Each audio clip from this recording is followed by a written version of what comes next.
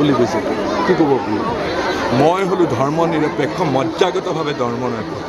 মই যেতিয়া এটা নামঘৰৰ আগেদি যাওঁ মই মূৰ দুৱাই সেৱা কৰোঁ।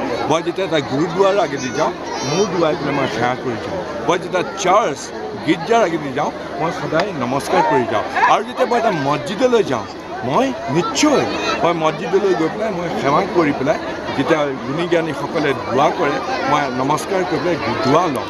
গতিকে বদৰুদ্দিন আজমলৰ দৰে সাম্প্ৰদায়িক ব্যক্তি মই নহয়, আৰু সেইটোৱে আমাৰ নীতি। দুটা সাম্প্ৰদায়িক শক্তিৰ বিৰুদ্ধে মই আজি যুদ্ধত নামিছোঁ।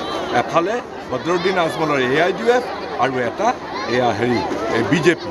বদৰুদ্দিন আজমলে গৈ পেলাই মিয়া সেইবিলাকৰ অঞ্চলবিলাকত আমাৰ সাধাৰণ সংখ্যালঘু ধৰ্মীয় সংখ্যালঘু এলেকাত কি প্ৰচাৰ কৰিছে? তেওঁ যে মই আপোনালোকে সুধিবচোন, মই আপোনাক ৰিকুৱেষ্ট কৰোঁ, বদৰুদ্দিন আজমলক যেতিয়া পিছত আপুনি পাব নহয়, মোক যেনেকৈ প্ৰশ্ন এবাৰ প্লিজ প্ৰশ্ন কৰক। এতিয়া আপুনি যিখন হেলিকপ্টাৰ লৈ পেলাই প্ৰচাৰ কৰি আছে, সোধা হৈছিলে তেওঁক এই বিষয়ে, কি কৈছে? তেওঁ কৈছে যে হেলিকপ্টাৰখন ভাড়াত লোৱা হৈছে। ভাড়া কাৰ নামত লোৱা হৈছে? ভাড়াটো আপুনিও ল'ব পাৰে, পিছদিনা তেওঁ ল'ব পাৰে, তেনেকুৱা মিছা কথা। তেওঁৰ নামত কোনো ভাড়াই নাই। মই তথ্য পাতি তেওঁৰ নামত যে ভাড়া লৈছে, UDFৰ নামত ভাড়া লৈছে, আমাক দেখুৱাওক। তেওঁ কৈছে বিজেপিয়ে প্ৰথমতে ভাড়াত লৈছিলে, নহয়, এতিয়াও বিজেপি নামত লৰালৈকে মই অভিযোগ দিয়াৰ পিছত এতিয়া কাৰোবাৰ নামত লিখাব খুজিছে, কাৰণ তেওঁলোকৰ চৰকাৰ আছে। হিমন্ত বিশ্বহে এইখন হেলিকপ্টাৰ। মই উদাহৰণটো দিছোঁ, প্ৰত্যেক কথাতে হিমন্ত বিশ্ব শৰ্মাই পইচা দিব তেওঁক চুটকেছ ভৰাই, তেতিয়াহে তেওঁ প্ৰচাৰ কৰিব। এতিয়া হিমন্ত বিশ্ব শৰ্মাৰ মেইন হৈ গ'ল নগাঁও যোৱা, নগাঁৱত প্ৰচাৰ কৰা, ধুবুৰীত পিছত কৰিবা, ধুবুৰী থাৰ্ড ফেজত আছে। এইটোৱে হ'ল তেওঁৰ প্ৰচাৰ। আৰু সেইকাৰণে তেওঁ যি হজুৰ বুলি হিমন্ত বিশ্বক এনেকৈ চালাম দি পেলাই ইয়াত প্ৰচাৰ কৰি ফুৰিছে।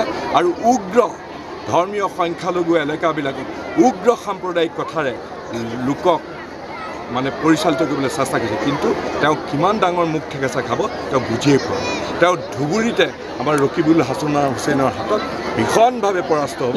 আৰু নগাঁৱততো সাধাৰণ মানুহে সিদ্ধান্ত লৈছে কি হিন্দু কি মুছলমান। মই কি ক'ম, তেওঁ ক'ব এইটো কথা। প্ৰথম পৰ্যায়ৰ নিৰ্বাচন আপোনালোক মিডিয়াৰ মানুহ, আপোনালোকে সাধাৰণ মানুহক সোধকচোন।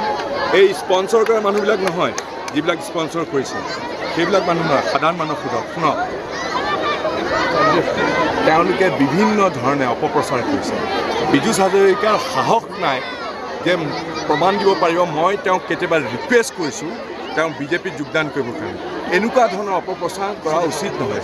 তেওঁলোকৰ একমাত্ৰ উদ্দেশ্য, তেওঁলোকে যেতিয়া দেখিছে যে এনেকুৱা ধৰণৰ আমাৰ যেতিয়া সাধাৰণ মানুহৰ সমৰ্থন গোটেইখিনি স্বতঃস্ফূৰ্তভাৱে একেবাৰে উপচি পৰিছে, তেওঁলোকে এনেকুৱা ধৰণৰ কথা কৈ পেলাই তেওঁলোকে বিভ্ৰান্ত কৰিব খুজিছে।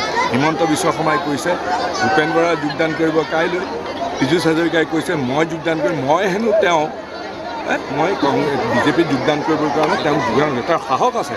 শুনক, টকাৰ পাহাৰৰ ওপৰত বহি থকা এই পীযুষ হাজৰিকাই গোটেই চিণ্ডিকেট সাম্ৰাজ্যৰ নায়ক হৈ পেলাই তেওঁ যিখিনি টকা পইচাৰে মানুহৰ মন জয় কৰিব নোৱাৰিব, মন কিনিব নোৱাৰিব, গুণ্ডা গৰ্দি সাধাৰণ মানুহক ভীত সন্তুষ্ট কৰি পেলাই তেওঁ শাসনত বেছিদিন থাকিব নোৱাৰে। এইবিলাক গৰম ভাতেৰে খোৱা মানুহ। গতিকে এইবিলাক নকৰি তেওঁ সাধাৰণভাৱে আহক, ৰাইজে হয়তো তেওঁলোকক আদৰি ল'ব। কিন্তু এনেধৰণে মিছা কথা অপপ্ৰচাৰ কথা, বিভিন্ন ধৰণৰ লাগ-বান নোহোৱা কথা কয়।